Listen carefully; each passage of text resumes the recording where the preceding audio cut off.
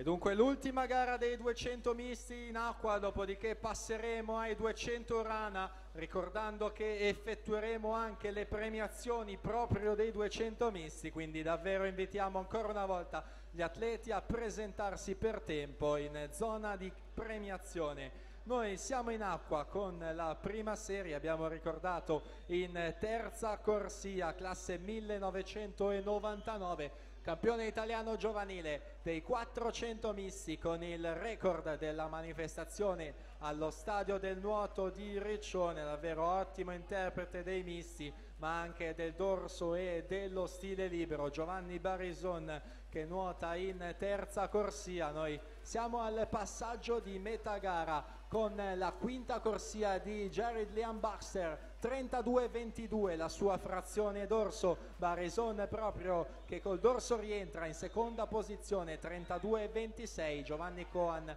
33-18 in terza posizione. Siamo in acqua con la frazione a rana e con Baxter che nuota in quinta corsia, l'abbiamo già trovato nei 400 stile libero, riscende in vasca qui a Treviso nella gara dei 200 misti, anche lui giovanissimo, classe 1999. Ancora Baxter dovrebbe essere lui al comando dopo la frazione della rana, nuotata in 37-76. Giovanni Coan sale in seconda posizione, 38-36 per lui a rana. Barisone terzo, 40-15, ma siamo già in acqua con lo stile libero. Ultimi 25 metri di gara in questo momento con Baxter, classe 99, atleta del Sudafrica, che va ad imporsi, a prenotare la vittoria nella vasca di Treviso. Baxter 2.07 e 58 to 7.58, seconda posizione 2.09 e 36 per Giovanni Coan, e poi in terza posizione la spunta Mattia Santi